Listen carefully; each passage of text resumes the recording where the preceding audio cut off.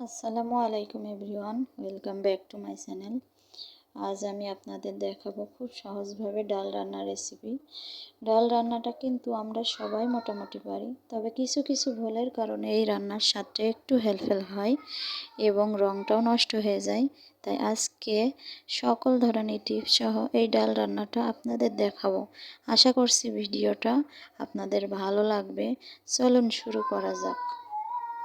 প্রথমেই আমি দেখুন 1 কাপ পরিমাণ ডাল নিয়ে পরিষ্কার করে ধুয়ে 1 মগ পানি দিয়ে সিদ্ধ বসিয়ে দিয়েছি। আর এই পাতিলের উপরেই কিন্তু আমি আরেকটা পাতিল পানি দিয়ে দিয়েছি। এতে কি হবে, আমার ডালও সিদ্ধ হবে, সঙ্গে আমার পানিও গরম হয়ে যাবে। দেখুন এই যে আমার পানি কিন্তু গরম হয়ে গেছে। এই পানি কিন্তু আমি ডাউলে ব্যবহার করব।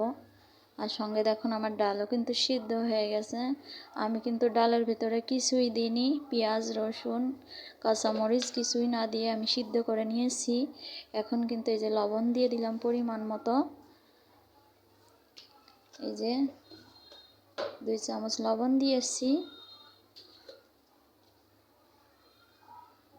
আর দিয়ে দেব পরিমাণ মতো আপনার সামান্য হলুদ যদি কম বেশি হয়ে যায় তাহলে কিন্তু ডাউলের স্বাদ নষ্ট হয়ে যায়। তাই আপনারা চেষ্টা করবেন সবসময় পরিমাণ মতো হলুদ দিতে। আমি এখানে 1 চামচেরও হাফ চামচ ব্যবহার করেছি হলুদ। আর আমি ঘুটনি দিয়ে সাহায্যে ঘুটে নিয়েছি। আর এখানে দেখেন আমি গরম পানি ব্যবহার করেছি, আমার সেই গরম পানি।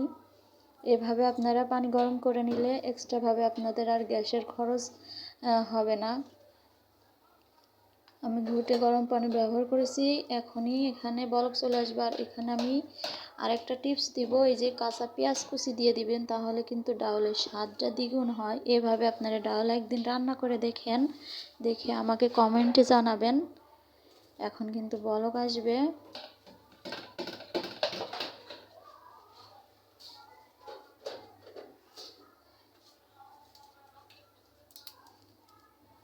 আর এই মুহূর্তে দেখেন আমি 2টা তেজপাতা দিয়ে দিলাম। তেজপাতায়ও কিন্তু ডালের স্বাদ দ্বিগুণ করে। আমি একটু নেড়ে চেড়ে সঙ্গে ডালের সঙ্গে মিশিয়ে দিব।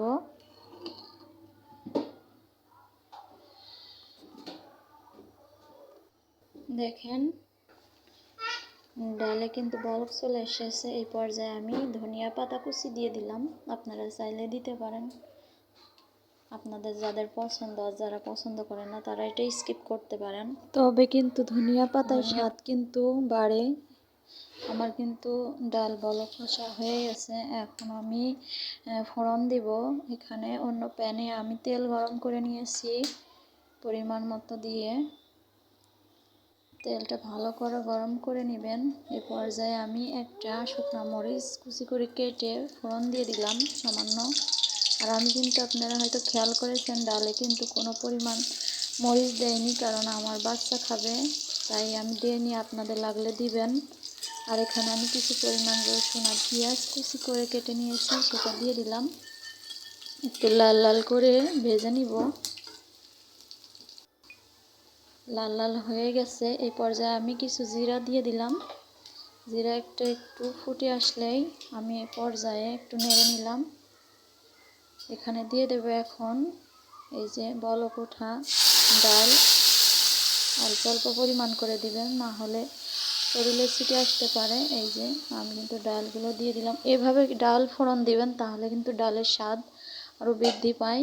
অনেকে আছেন যে ডাল আপনারা ফোড়নগুলো ডালের উপর দিয়ে দিন, এভাবে কিন্তু ডালের স্বাদ কমে যায়। আর এভাবে ফোড়ন দিলে বৃদ্ধি পায়। এই যে একটু বলক চলে এসেছে, এই পর্যায়ে একটু লবণ দেখে নেবেন। আমার কিন্তু লবণ একদম পারফেক্ট ছিল, তাই আমি আর লবণ করি নাই। এই যে আমার রান্না কিন্তু প্রায় শেষ।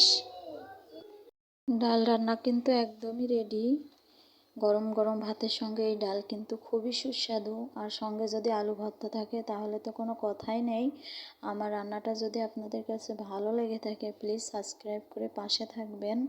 আর কমেন্টের মাধ্যমে জানাবেন আমার রান্নাটা কেমন লাগলো।